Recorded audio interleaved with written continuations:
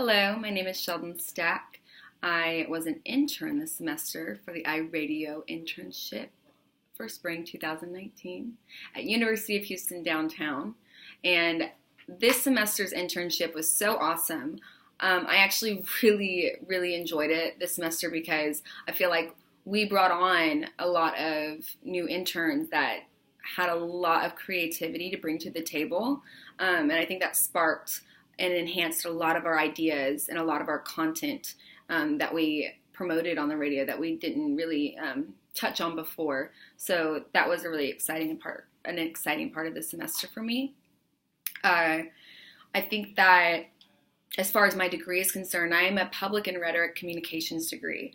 And although I don't have a specific job lined up and I don't exactly know what I want to do, I know that in my career and in pursuit of what I want to do, I need to have certain qualities, and some of those being confidence. I need to be extrovert in some sort of manner because with the direction I want to take it in public speaking, broadcast journalism, you need these type of qualities or characteristics about you in order to amount to that kind of position, because the position of broadcast journalism or public speaking demands confidence, and it demands extrovert qualities. So I feel like when you're, forced to go in every single week and get on a microphone and just put your personality out there and talk, and you have to do that consecutively, week after week, you build and develop new traits that you didn't know you had. You start to learn and understand your strengths and your weaknesses, and in doing this process, you start to solidify, I feel like, your confidence, because when you know more about yourself, you become a little bit more confident just because you know what you bring to the table. And I feel like the internship does that for people, for students. As far as the course work is concerned, I myself was actually a big fan of the course material. I think that the online class is crucial to do with the, outside of the performance in the station, because every week when we had to do those discussion posts, it positioned you where you were forced to reflect. And you were forced to evaluate experiences that you had in the internship and write about it. And you had to read other people's thoughts and respond. And in doing that, you realize what you're gaining from the internship. You realize what you're learning from the internship. You get to, read and what you're writing as far as evaluating, okay, like this is where I'm growing. This is where I'm getting better. This is where I'm improving.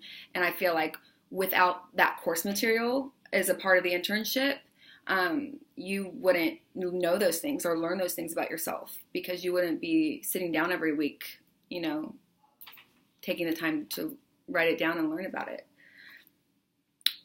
So I really actually like the events that iRadio hosts, or that we, the platform that we work off of with certain events. Like one I can think of at the top of my head was the Arts and Communications Festival. We had a table for open mic karaoke and open mic storytelling. And when we do events like this, I can't find or think of a better way to frame our organization, because we are an organization that promotes creativity, and we promote individualism and self-expression. And what better way to have self-expression or individuality than, getting in karaoke and singing or storytelling. There's no better way really to learn about someone than when you hear them tell a story. So I feel like the program or the organization did a really good job at framing our values or what we stood for as far as these things are concerned when we had these types of events. Something that I did every single week, I had this show with Joanna every Wednesday, and it was called Where the Tip's At Wednesday. And every single week, I did research, and I would go looking for whether it was different articles or there was a YouTube channel that I would watch called Charisma on Command, where I would watch the video first, and then I would write down all these different tips and all these different pieces of advice for different scenarios and different circumstances that are applicable to people's lives that everyone can use. And I always had to make sure, with that being said, I definitely always had to make sure that the tips we were offering or the advice we were offering would be directly applicable to everyone. I didn't want to, find an article on 7 ways to stay flexible for soccer practice when not everyone plays soccer. So I definitely wanted to make sure that I was appealing to the masses when I conducted all of this research and when I was providing all this content every week. Just an example of one of them I remember we did was like 7 ways to immediately gain respect from your peers. And I would watch the video and I would analyze it and I would write down. I was very detail oriented about, when to use these tips, how to use these, what are the appropriate times and the appropriate circumstances to use these. And just doing that every week, it was tedious at first, but it actually became something I looked forward to because I myself was learning these things as I was doing it. And I was like learning things about myself and just learning from these videos and like providing tips for myself and advice for myself.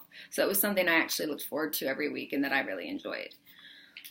I'm sad to go and I don't want to leave, but I know that I'll be back as a guest next semester or sometime after that.